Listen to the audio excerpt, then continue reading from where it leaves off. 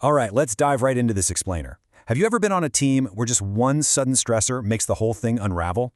Well, today we're unpacking an incredibly intense, emotionally charged survival scenario to figure out exactly how a crisis goes from a tense disagreement to just total unmitigated chaos. When you're operating under extreme stress, those lines between strategy, panic, and a full-blown psychological breakdown can blur in an absolute instant. And the material we're digging into today gives us this perfect, almost surgical look at how a group's cohesion completely shatters when the pressure gets dialed up from every single direction. We are thrown into the deep end immediately here. Absolutely no warning.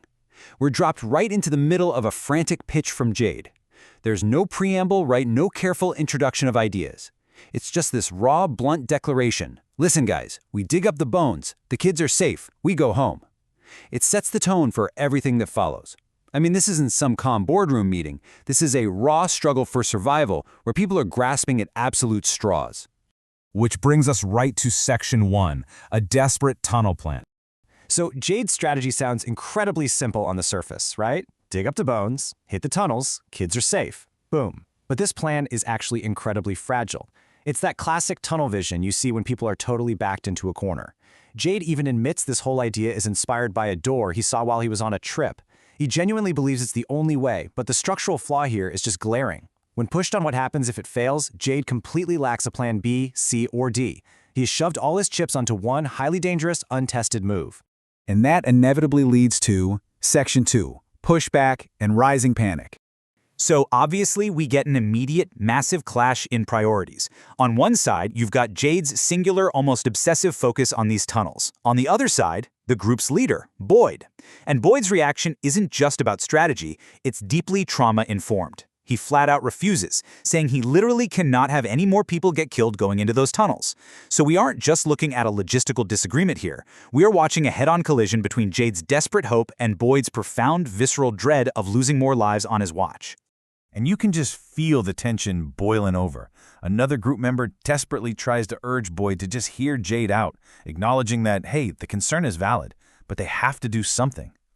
Right in the middle of this screaming match, this plea goes out to Kenny to step up, be the voice of reason, and somehow magically produce those alternative plans B, C, and D that Jade totally failed to provide.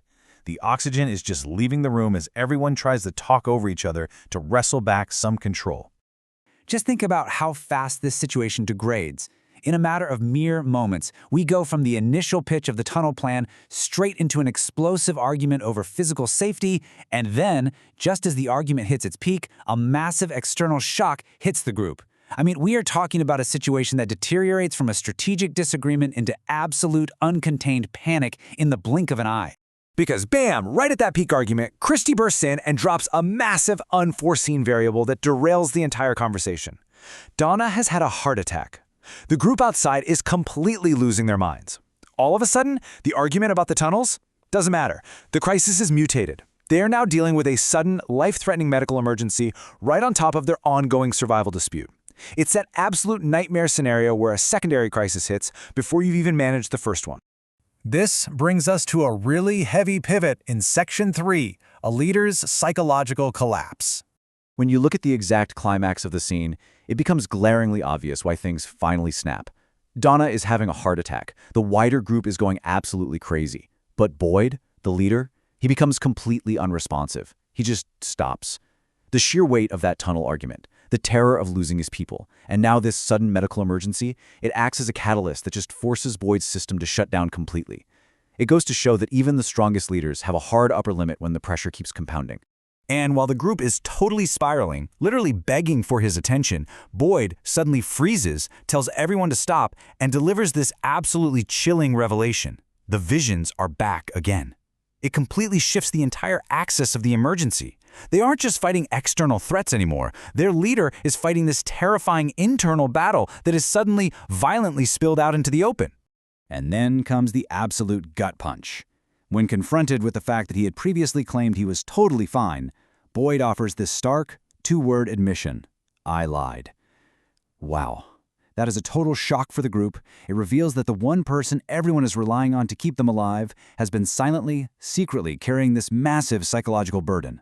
He's been functioning on a complete facade, and the dam has finally burst. let's break down exactly what Boyd is battling here. He explains to the panicked room that he's suffering from the shakes and these horrifying visions. Specifically, we're talking about traumatic nightmares where monsters are actually bleeding into his dreams. And crucially, this is all tied to intense, agonizing guilt about a past action, specifically when he shot Debbie. So make no mistake, this isn't just stress. This is profound, crippling trauma actively hijacking his nervous system right when his team needs him the absolute most.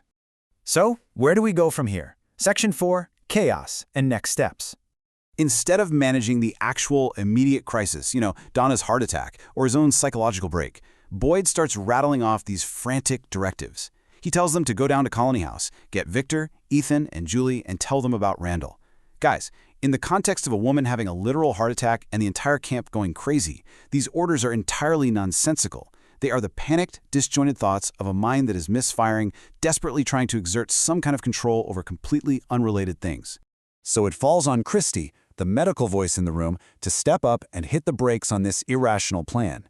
She looks right at him and just says, "Boyd, that doesn't make sense." She recognizes instantly that they cannot execute any survival plans, let alone these disjointed ones, until they stabilize the leader. Treating Boyd's shakes and getting him medicated has suddenly superseded everything else on the board. He is now patient zero. As we wrap up this explainer, I want to leave you with this crucial question to chew on. We've just watched how a crisis piles on the pressure until it hits an absolute breaking point.